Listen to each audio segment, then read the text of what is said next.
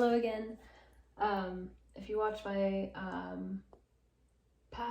my first and second video, you would know this expression is what we got from simplifying, expressing our partial differential equation of our temperature due to its position, expressing that in our temperature values, and then we simplified it and we added our R value or R expression. And then if you have watched my last video, what we did is we put that expression into a code and we plotted our results, and we saw that for R, which is our thermal diffusivity times our change in time over our change in position squared.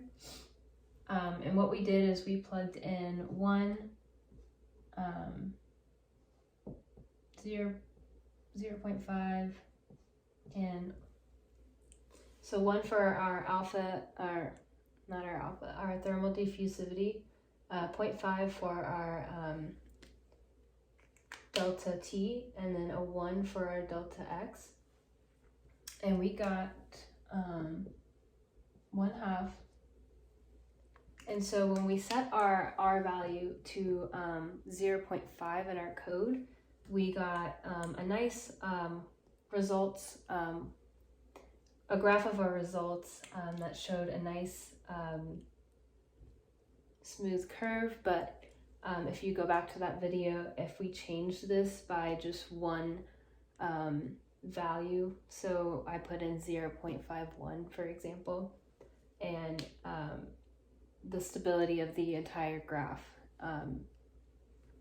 just went off. And so that was proving that our function is unstable. And so in this video we are applying our von Neumann stability analysis to show what requirement of R we need for to have that stability in our results. So what we're gonna do is apply that von Neumann stability analysis to our expression that we got for our temperature values. Or we're going to apply that to our partial differential equation, which was partial derivative of our temperature over our partial derivative of our time, which is equal to our partial derivative of our time, our partial second derivative of our time, our temperature, and partial second derivative of our position. And we're going to rewrite that using our new von Neumann stability analysis. From infinity, n goes, or not n, k will go to negative infinity,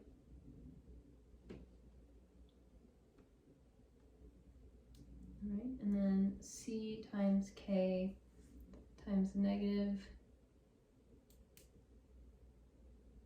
e times k squared times our time times e to the I times k.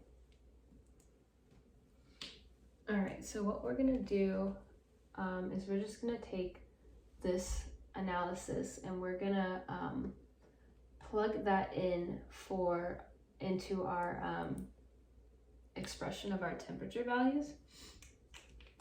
And so that's gonna look like this. This one is equal to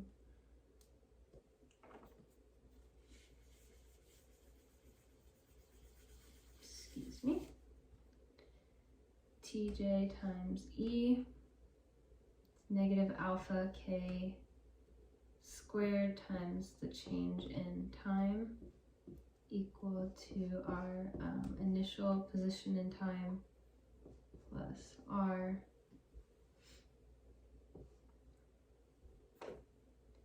times our initial temperature in time times e to the I k delta x minus 2 plus e to the negative I k value times change in position.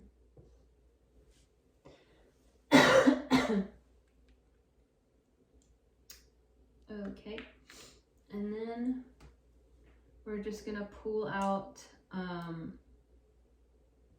this from our equation and refer to our Euler's formula, which was cos, sine, and plug in I k times change in position plus I times sine of k delta x.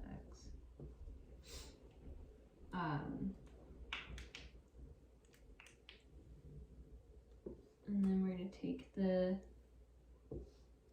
and we're going to do the same thing. This expression, do the same thing. Delta x, which is going to be cos I times k times the change in position minus I sine k times delta x, which is our change in position. And we're going to add those two expressions. So you'll see that these will cancel out over here, and we'll be left with 2 cos I k delta x. Just gonna rewrite that because it's kind of ugly.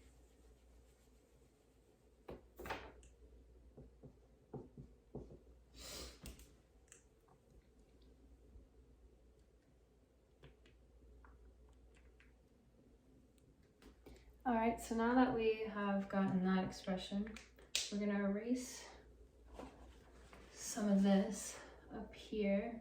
Let's just erase this part.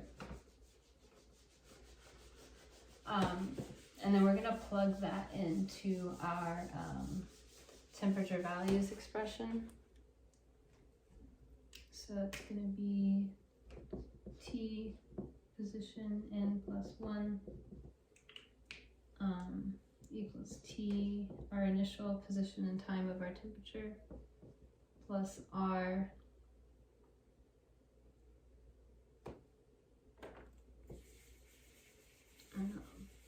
plus R, yeah, plus 1 plus R times that expression we just got, which is cos I k times delta x minus 2. And then we're going to simplify that real quick by pulling out this 2 out front.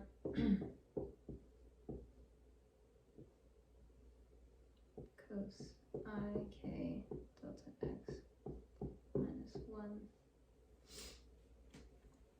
And then right here, this right here is going to be our stability analysis. In which we'll use in our code in part 6 to stabilize our results when we're calculating those temperature values. And so from this, we can, our requirement for stability is that our R value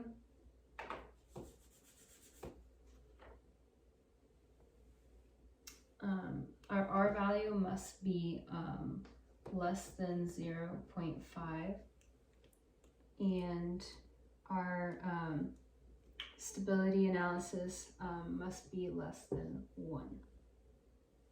And that is going to be a requirement for stability moving forward.